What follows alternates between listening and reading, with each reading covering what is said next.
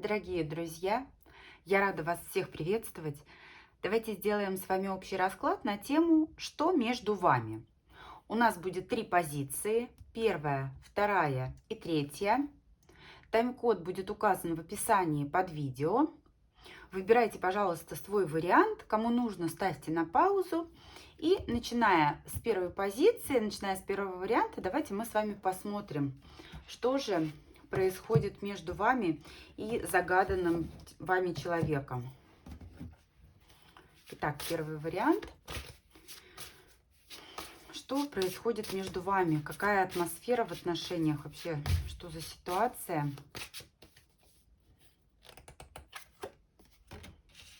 Восьмерка кубков. Здесь между вами либо временное какое-то расставание, разлука, либо же вы находитесь на дистанции, на расстоянии. Кто-то куда-то уехал, вы уехали, он уехал. Мужчина вас любит, тот, на которого вы смотрите, но ваше внимание привлекает другой мужчина. Такое ощущение, что вот пока тот, на кого вы смотрите где-то вдалеке, да, не рядом с вами, у вас появился другой персонаж, либо же он так и был, он присутствовал в вашей жизни, который уделяет вам достаточное количество времени, достаточное количество внимания, как-то пытается ухаживать, либо явно, либо, сейчас посмотрим, насколько это явно все, но с тем человеком, на которого вы смотрите, у вас какая-то зависшая ситуация, либо пауза, либо разлука, но здесь ничего не ясно, ничего не понятно. Что с вашей стороны? Что с вашей стороны к тому, на кого вы смотрите? Семерка жезлов. Вы знаете, а вы от него как-то отстраняетесь.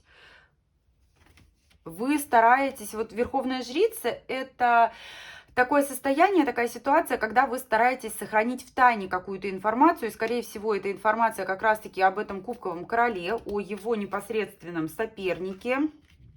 Вы разочарованы в нем, вы разочарованы в том, на кого вы смотрите. Вы как-то не особо, вам тяжело. А почему тяжело? Девятка монет.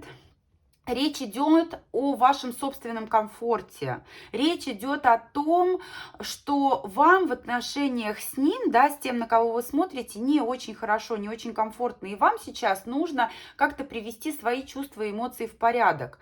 И вот тот король, который уделяет вам внимание во время отсутствия того человека, на которого у нас с вами расклад, он вам как будто бы и дает, знаете, вот ту наполненность, те эмоции, которых вам не хватало. От того, на кого вы смотрите, вы наоборот закрываетесь, и у вас тайны от него, и у вас разочарование в нем.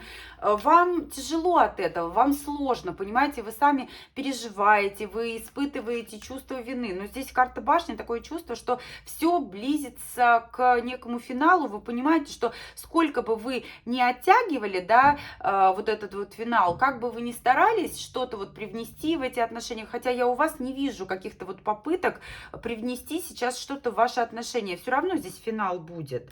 Вы стараетесь разобраться в себе, потому что нужно принять решение, нужно понять, чего же я на самом деле хочу, чего же я на самом деле желаю. И вот этот вот кубковый король, кстати, ну да, он ухаживает за вами, он как-то проявляет к вам интерес, но того, чтобы он прям, вот знаете, вот жил в вашем сердце, да, того, чтобы вы сказали, вот все, я вот этого кубкового люблю, я тоже такого не вижу. Как-то, ну, есть и есть. Особо не такая ситуация, когда вы готовы все отдать за то, чтобы быть вот с ним. Давайте посмотрим, что со стороны того человека, на которого вы смотрите, что у него к вам вообще. Что у него? Уверенность, спокойствие. Он никуда не торопится. Он знает, что вас объединяют, связывают какие-то моменты, ситуации. Он вас не отпустил. Нет. Он не торопится к вам проявляться, но он и не хочет вас отпускать. Ему с вами-то хорошо. И вы знаете, он уверен, что пройдет какое-то время, и он сможет прийти как победитель, он сможет сделать какие-то шаги в вашу сторону, которые заставят вас по-другому, с восхищением взглянуть на то, что он делает. Но я, опять же, я не могу сказать, что он может предложить вам что-то конкретное. Да, это будет новый виток отношений. Да, это будет новое начало. Он рассчитывает на это. Но сказать, что это будет что-то структурное, нет. Это опять что-то будет неопределенное, хаотичное, ради удовольствия, ради наслаждения, да, то есть стабильности какой-то, почвы твердой под ногами нет. Я пришел к тебе, потому что я успокаиваюсь с тобой, я наслаждаюсь тобой, но конкретики я тебе дать не могу. Я не могу дать тебе какой-то стабильности. Да, мне с тобой хорошо, да, у меня есть к тебе чувства, но каких-то таких вот, знаете, вот решений принято не будет. Он не сможет дать что-то вот вам более или менее стабильное, да, любовь, да, чувства, да, эмоции. Но вот какой-то тыл, да, вот какую-то твердую почву под ногами не вижу, пока не вижу. А к чему вы с ним придете? К чему вы с ним придете? К чему придете? У вас другой мужчина, король жезлов. Тот, на кого вы смотрите, он может активизироваться, да, он придет, он будет совершать какие-то, на его взгляд, по его мнению, красивые поступки. Да, здесь девятка жезлов, как восстановление отношений, исправление ошибок, но у вас на тот момент уже будет вот другой мужчина где-то в вашем окружении, который сможет доставить вам, знаете, вот чувство наполненности, чувство стабильности, чувство спокойствия. Решать будете вы. Но здесь, знаете, здесь еще проблема в том, что вот тот, на кого вы смотрите, он может быть элементарно не свободен. У него другая женщина может быть, и он от нее никуда не денется. В этом-то и есть причина, по которой он вам стабильности какой-то дать не может. Поэтому здесь отношения с ним будут восстановлены, но здесь присутствуют третьи лица. И мужчина с вашей стороны, и женщина с его стороны. Поэтому общение возобновится, ошибки будут каким-то образом исправлены, да, но я не могу сказать, опять же, что это будет вот прям вот все решено. Но решение за вами, опять же, что делать вот с этим товарищем, когда он объявится и будет предлагать вам то, что, по его мнению, он может вам предложить. Вот такая ситуация у единичек. Такой у нас получился расклад для тех, кто выбрал первую позицию. Идем к двоечкам. Второй вариант, что между вами, уважаемые двоечки.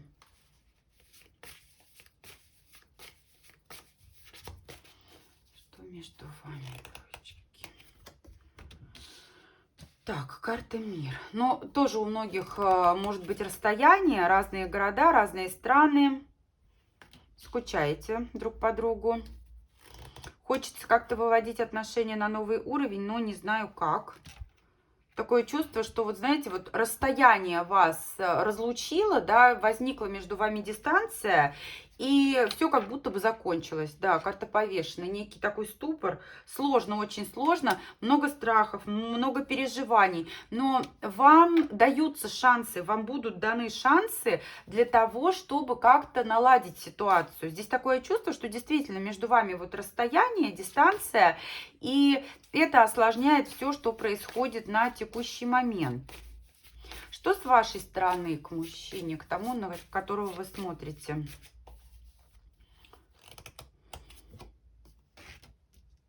У вас переживания, вы понимаете, что вы совершили ошибки. Вот это расстояние, оно либо по вашей вине, либо вы не использовали какие-то шансы, возможности для того, чтобы ситуация была лучше.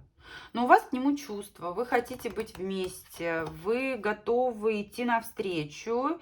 И на самом деле вы прям вот, знаете, на низком старте вы понимаете, что здесь все в ваших руках. Просто сложно решиться, как же это сделать. Вот вы на пороге для того, чтобы сделать вот этот вот следующий шаг. Потому что вы его любите. Потому что вы на самом деле его любите и по нему скучаете. Да, на самом деле. И вы готовы ему подарить не только романтику, а еще и стабильность. Скорее всего, вы поедете к нему. Шестерка мечей – это вот именно движение вперед. Причем это будет взвешенное, обдуманное, правильное решение. Это будет разумное решение, разумный поступок. Вы считаете, что вам нужно поговорить. Поговорить, расставить все точки над «и». Причем в своей голове вы уже как будто бы начали выстраивать вот эту вот цепочку, да, логическую последовательность, что и как вы сделаете. И, собственно, планируете осуществить задуманное. А что что у него к вам, двоечки? Что у него к вам? Ну, у него к вам тоже чувства. Но проблема в том, что у него сейчас, вот знаете, симпатия к вам и симпатия к другой барышне. Вот она, жезловая королева, как-то активно она к нему проявляется. Но вас он не отпустил, нет.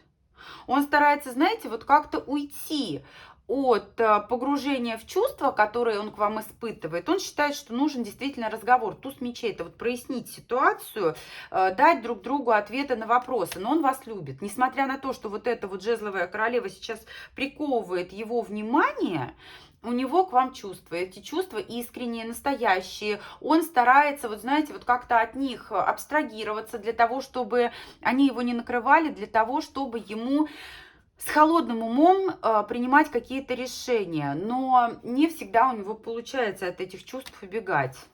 Скорее всего, здесь, знаете, вот пятерка мечей — это момент, когда человек считает, что вот будет, как я сказал. Да? Пятерка мечей — это как победа любой ценой. И он будет сохранять, ну, где-то выдержанную позицию, где-то молчание до тех пор, пока не будут вами приняты его условия. Но вы, судя по всему, уже на низком старте, чего он хотел, он добился. Теперь, судя по всему, слово за вами. Он не готов вас отпускать. И сам шаги навстречу как будто бы, вот знаете, не спешит делать. Он ждет сейчас каких-то действий от вас. Но он готов с вами восстанавливать отношения, он готов с вами действительно смотреть в будущее. Карта десятка пентаклей, Иерофант, это карта семьи. Здесь, знаете, такое чувство, что вот действительно вы должны сделать шаг навстречу, прийти, приехать к нему, сесть за стол переговоров, расставить точки над «и», согласиться на его условия, и он готов с вами выстроить семью. Он готов на самом деле с вами. Такое чувство, что здесь вот нашла просто коса на камень, да, у вас один взгляд на ситуацию, у него другой, вы должны принять его условия, и тогда все будет хорошо. Он от своих слов не откажется, он будет, знаете, вот пятерка мечей, как я уже сказала, победа любой ценой. Он будет молчать до тех пор, пока вы с ним не согласитесь. Как только вы с ним согласитесь, здесь сразу же лед тронется. Здесь сразу же вы начнете движение к тем целям, которые вы намечали. А целями здесь являются, ну, во всяком случае, у него десятка пентаклей и Иерофант. Это карта семьи. Ну, я не вижу здесь того, чтобы человек был женат на ком-то, кроме вас, да, здесь, судя по всему, и вы, и он свободны, и вот эта вот жезловая королева, которая выходит, это просто какая-то вот временная мадам, которая заполняет пустоту, я даже не вижу у него глубоких чувств к ней, да, он заинтересован, да, симпатию испытывает, но к вам у него отношения на самом деле серьезные, вы для него важны и значимы. Поэтому здесь есть шанс на то, чтобы, знаете, вот все возродить, все поменять и встать на путь движения вот в сторону серьезности, прям вот семьи. А давайте посмотрим, к чему придете. Двоечки, к чему придете? К чему придут двоечки?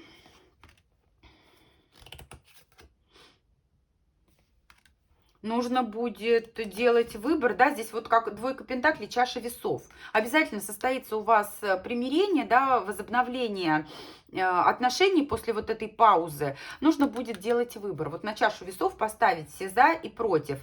Где-то уступить, где-то найти компромиссы. И здесь действительно долгосрочные отношения. Шестерка кубков — это связь времен. Это осознание того, что вот все, что было между вами в прошлом, актуально на текущий момент и будет актуально спустя годы. Это долгосрочные отношения. Это то, что создается не на месяц, не на год, не на два, а на века. Это то, что действительно имеет отношение к семье, к серьезности, к стабильности. И то, что у вас за плечами уже есть, тот фундамент, это нельзя перечеркнуть. Здесь нужно смотреть в будущее. Вот именно в совместное будущее. Да, без труда здесь не вытащишь рыбку из пруда, да, понятно, что нужно будет где-то стараться, где-то вкладываться, где-то идти на уступки, на компромиссы, но вы команда, у вас общие цели, и вы к ним придете. Здесь мужчину надо уважать, и к нему надо прислушиваться. Когда вы будете видеть, признавать в нем императора, он действительно будет вести себя как настоящий император, и он им станет мужем, отцом, ответственным мужчиной, который, вы знаете, держит и выполняет свои обещания. Вот такой прогноз у нас для двоечек, такой расклад у нас для двоечек. Благодарю всех за просмотр. Буду благодарна всем за обратную связь. И давайте с вами посмотрим, что же между троечками у нас. Третий вариант, что между вами. Что между вами, троечки. Ой, страхи, страхи, страхи. Все боятся. Между вами женская фигура, королева мечей. Если человек женат, то это женщина, у которой он под каблуком просто. Завершились отношения на почве того, что есть соперница. Есть соперница, вот она, королева мечей. И, вот знаете, двойка пентаклей. Вроде бы все завершилось, но не ясно. Идем мы дальше или не идем? Завершили мы или мы все-таки что-то возобновим? Что с вашей стороны? Что с вашей стороны, троечки?